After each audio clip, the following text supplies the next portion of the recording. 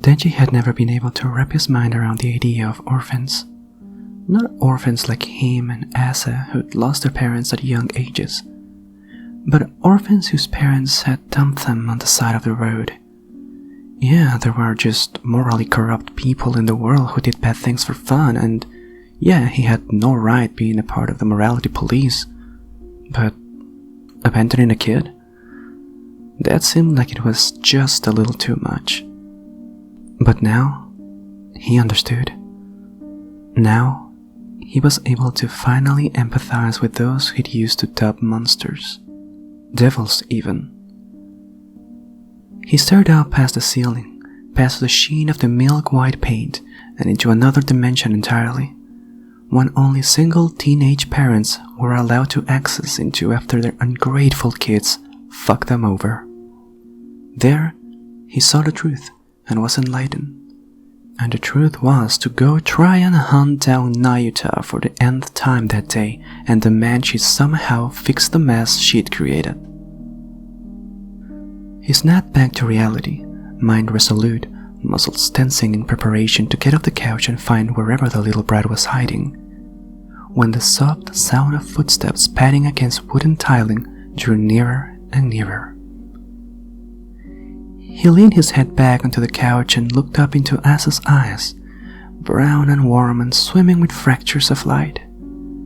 She held a bottle of vegetable oil, cheeks flushed, a nervous smile on her face. His mouth open like an instinct. I'm gonna help you, Denji.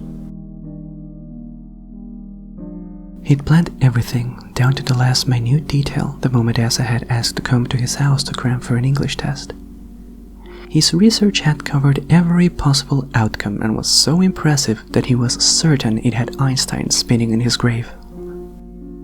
He'd binge-watched different porn videos, read up on some hentai, and formulated the master plan. She would sit down in his room, he'd drop his pencil to get closer to her, she'd reach for it, they would get too close for comfort, and then it was checkmate. But of course, nothing could ever go well in his life. Of course, he couldn't be allowed a single moment of happiness. Nayuta had decided she didn't like Asa being in their home for whatever reason, and took out her anger on him, slapping a piece of half-chewed sticky pink bubblegum onto the roots of his hair. Worst case scenario, he'd have to shave all of his hair off. He did not want to look like a cue ball. And now, he was in his bathroom, seated on a shower stool. The girl who he was supposed to have been hooking up with at the moment dousing vegetable oil in his hair to extract the gum. He had a sneaking suspicion she was just doing it to fuck with him. You don't gotta do this, you know. It's a lot of work. He licked his lips, wincing when she tugged hard on the tuft of hair the gum was stuck in. Not to me. I'm staying unless you want me to go. He blinked at that. Not to me. I'm staying. Staying. When was the last time someone had done that? He swallowed a sudden lump in his throat, but it disappeared the second she tugged again, and this time, he yowled. Yow! Can you be fucking gentle, please? I am. You're just sensitive.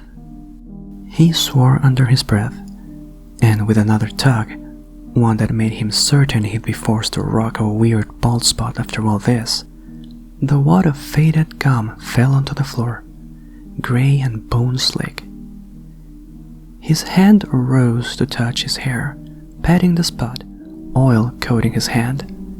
He frowned at that. But finally, it was out, and he could go deal some divine punishment to Nayuta. Asa placed her hands on his head and forced him back down in his seat. Hold still. I need to wash your hair. His nose wrinkled at that. What was he, 5? He could do these things himself, and he... Hold on. Asa was wearing a white t-shirt. White, the best color out of all 9 or however many there were.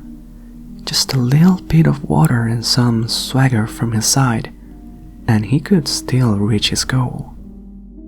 The gears in his mind turned and finally he smirked. God, sometimes his genius was almost frightening. Which one's your shampoo? The light brown one. He flinched out of his explicit daydreams the moment she touched his scalp.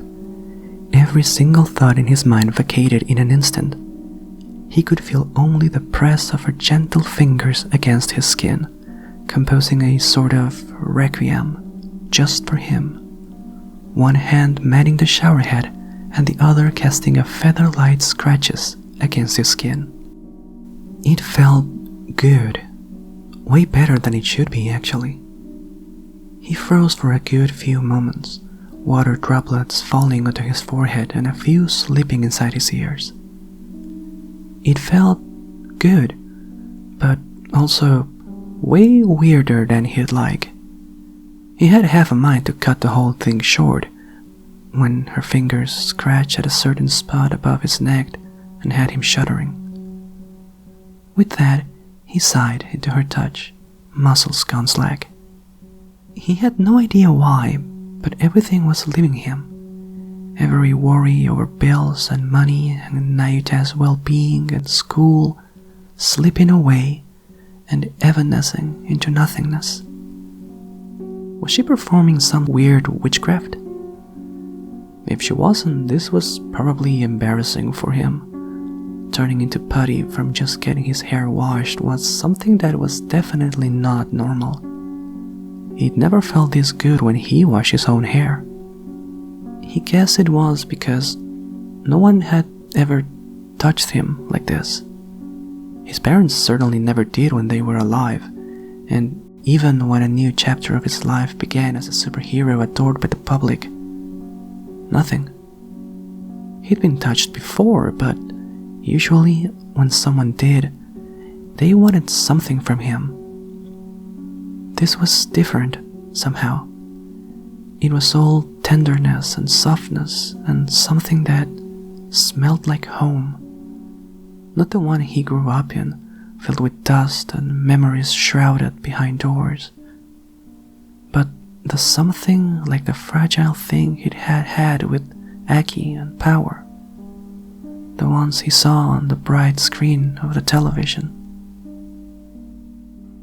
And suddenly, this overwhelming feeling of Hireth seized him, so violent and suffocating he could almost choke on it. It spread to every corner of his body, fingers and ears and everywhere buzzing. His heart was so full, it was ready to burst. Maybe he didn't deserve this. After everything he'd done in his life, all the people he'd killed, and the loved ones he'd lost, he might not deserve to feel this inexplicable thing unraveling inside of him, blooming like the petals of a tulip. But who cared? He definitely didn't. It was okay to be greedy sometimes. There was only the sound of the muted streams of water and his heartbeat echoing, bouncing off the walls of his brain. Here, only the stillness remained. Here, he felt safe, even if it was foolish. He could get hooked on this feeling. No longer did the somehow empty yet heavy weight of the condom in his pocket taunt and remind him of his failed attempt to lose his virginity. This had to be better than sex. He hoped this wasn't a trick of some sort, some weird Machiavellian manipulation done by Asa to get him to fall head over heels and then reveal herself to be something outlandish and weird, like a wolf or battle or time devil after his heart. Thankfully, Asa seemed way too moronic and clumsy to ever be anything like that. He didn't want this to end. Not now. not ever. Yet, like that one smart guy on TV always said, all good things must come to an end. He caught himself whimpering when Asa's hand released him and the water sputtered to a stop. She patted his face with a towel draped across his shoulders and beamed down at him, mouth open, ready to praise herself or say something stupid, he bet. But he grabbed her hand, and for a beat, took a moment to stare at her. The curve of her nose, the smallest beauty mark she had under it, the flutter of her lashes. He closed his eyes and said, "Thanks. Thank you."